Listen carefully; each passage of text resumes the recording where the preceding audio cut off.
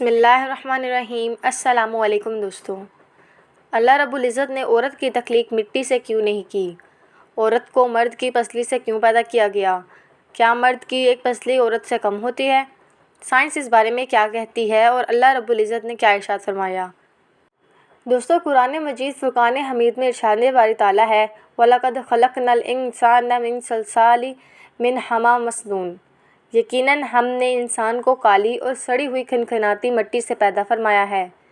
روایات میں آتا ہے کہ جب خداوند قدوس نے حضرت آدم علیہ السلام کو پیدا کرنے کا ارادہ فرمایا تو اسرائیل علیہ السلام کو حکم دیا کہ زمین سے ایک مٹھی مٹی لائیں۔ حکم خداوندی کے مطابق اسرائیل علیہ السلام نے آسمان سے اتر کر زمین سے ایک مٹھی مٹی اٹھائی تو پوری روئے زمین کی اوپر والی پر چھلکے کی مانند اتر کر آپ کی مٹھی میں آ گئی، جس میں 60 رنگوں اور مختلف کیفیتوں والی مٹیاں تھیں، یعنی سفید و سیاہ، سرخ و زرد رنگوں والی اور نرم و سخت، شیریں و تلخ، نمکین و پھیکی وغیرہ کیفیتوں والی مٹیاں شامل تھیں۔ کچھ عرصے بعد اللہ رب العزت نے حضرت آدم علیہ السلام کی بائیں پسلی سے ایک عورت پیدا کی جس کا نام حوا علیہ السلام رکھا۔ حضرت حوا علیہ السلام دنیا میں تشریف لانے والی پہلی عورت تھیں۔ حضرت ابو ہریرہ رضی اللہ تعالیٰ عنہ نبی اکرم صلی اللہ علیہ وآلہ وسلم کا یہ فرمان نقل فرماتے ہیں کہ جو شخص اللہ رب العزت اور آخرت کے دن پر ایمان رکھتا ہو وہ اپنے پڑوسی کو اذیت نہ پہنچائے اور خواتین کے بارے میں بھلائی کی وصیت قبول کرو۔ انہیں پسلی سے پیدا کیا گیا اور پسلی میں سب سے ٹیڑھا حصہ سب سے اوپر والا حصہ ہوتا ہے۔ اگر تم اسے سیدھا کرنے کی کوشش کرو گے تو تم اسے توڑ دو گے اور اگر اس کے حال پر رہنے دو گے تو وہ ٹیڑھی رہے گی، لہٰذا خواتین کے بارے میں بھلائی کی وصیت قبول کرو۔ دوستو، شریعت محمدی صلی اللہ علیہ وآلہ وسلم نے بہت سے معاملات میں عورتوں اور بچوں کا حکم ایک رکھا، جیسا کہ باجماعت نماز کا مسئلہ، جمعہ کا مسئلہ وغیرہ، تو شاید اس میں بھی اس بات کی طرف اشارہ ہے کہ عورتوں کے ساتھ بچوں کی طرح نرمی کا رویہ اختیار کرنا چاہیے۔ دوستو، اسی طرح قرآن مجید فرقان حمید میں اللہ رب العزت نے ارشاد فرمایا الرجال قوامون علی النساء، یعنی مرد عورتوں پر نگہبان ہیں۔ عورت کی ضروریات، اس کی حفاظت اور دیگر کئی امور میں مرد کو عورت پر تسلط حاصل ہے، اور یہ خود اللہ رب العزت نے فرمایا۔ گویا کہ عورت رعایا اور مرد بادشاہ ہے، اس لیے عورت پر مرد کی اطاعت اللہ رب العزت نے لازم قرار دی ہے۔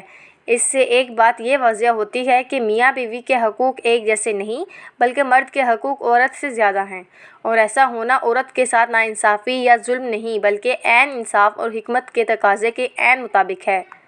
دوستو، علماء نے اس نقطے پر بحث کی ہے کہ ہر انسان مٹی سے بنایا گیا ہے یا انسان اول حضرت آدم علیہ السلام مٹی سے بنے ہیں۔ راجر بات یہ ہے کہ پہلے انسان مٹی سے بنے ہیں اور باقی انسانوں کے بارے میں مٹی سے بنا ہوا اس لیے کہا جاتا ہے کہ مٹی سے ہی غذائیں کھا کر نطفہ بنتا ہے جو انسان کی تخلیق کا باعث ہے۔ اس حوالے سے سورہ طٰہٰ کی آیات ہے منہا خلقناکم وفیہا نعیدکم ومنہا نخرجکم تارۃ اخری۔ اس آیت کے تحت بعض مفسرین نے یہ موقف اختیار کیا ہے کہ انسان کو اللہ رب العزت نے مٹی سے پیدا کیا۔ ناظرین، اسی طرح بعض کے مطابق مرد کی پسلی سے عورت کو بنا کے اللہ رب العزت نے مرد کو اپنی اس حکمت کا اشارہ دیا ہے کہ میں نے عورت کی تخلیق فرشتوں سے لائی مٹی سے نہیں کی بلکہ انسان کی پسلی سے کی ہے۔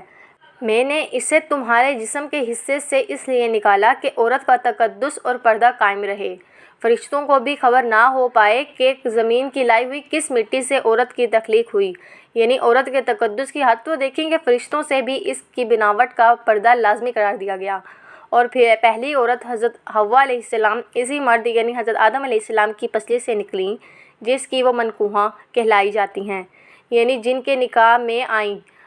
اب بات آتی ہے پسلی کی کہ عورت پسلی سے ہی کیوں نکلی؟ کیا ٹیڑھے پن وہاں سے ملا؟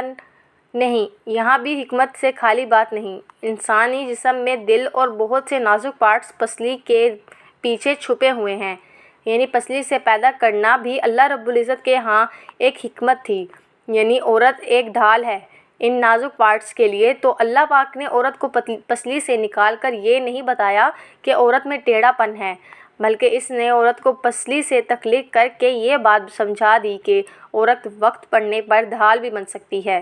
عورت ماں، بہن، بیٹی اور بیوی بھی ہے۔ کسی کی عزت کو مت اچھالیں، جتنا ہو سکے ہر بات میں مثبت پہلو تلاش کریں۔ دوستو، بعض لوگ یہ کہتے ہیں کہ ہر عورت اس مرد کی پسلی سے پیدا کی جاتی ہے جس سے اس کا نکاح ہوتا ہے۔ احادیث اور مفسرین کے مطابق ایسی کوئی بات نہیں اور اس بات میں حقیقت نہیں۔ یہاں ایک اور بات بھی سامنے آتی ہے کہ مرد کی پسلیوں کی تعداد کم ہوتی ہے، اسی وجہ سے کہ مرد کی پسلی سے عورت پیدا کی گئی۔ یہ بات بھی غلط ہے۔ حضرت آدم علیہ السلام اور اماں حوا کی تخلیق اور کچھ لوگوں کا یہ یقین بالکل غلط ہے کہ مردوں کی پسلی عورتوں کے مقابلے میں کم ہوتی ہے، کیونکہ حضرت حوا علیہ السلام حضرت آدم علیہ السلام کی ایک پسلی سے پیدا ہوئی تھیں، اس لیے مردوں کی ایک پسلی عورتوں سے کم ہو جاتی ہے، مگر یہ سچ نہیں۔ میڈیکل سائنس کے مطابق لوگوں کی اکثریت کے پاس پسلیوں کے 12 سیٹ یعنی 24 پسلیاں ہیں، چاہے ان کی جنس مرد ہو یا عورت۔ لہٰذا مرد اور عورت کی پسلیوں کی تعداد برابر ہوتی ہے، مگر بعض حالات کے ساتھ یا اگر کوئی شخص میڈیکلی ان فٹ ہے تو اس کی پسلیوں کی تعداد کم یا زیادہ ہو سکتی ہے۔ البتہ عام انسانوں کی پسلیوں کے 12 سیٹ ہوتے ہیں یعنی 24 پسلیاں، اور عورت اور مرد کی پسلیاں برابر ہوتی ہیں۔ مگر یہ صحیح حدیث ہے کہ حضور اکرم صلی اللہ علیہ وآلہ وسلم نے فرمایا کہ عورت کو مرد کی پسلی سے پیدا فرمایا گیا ہے۔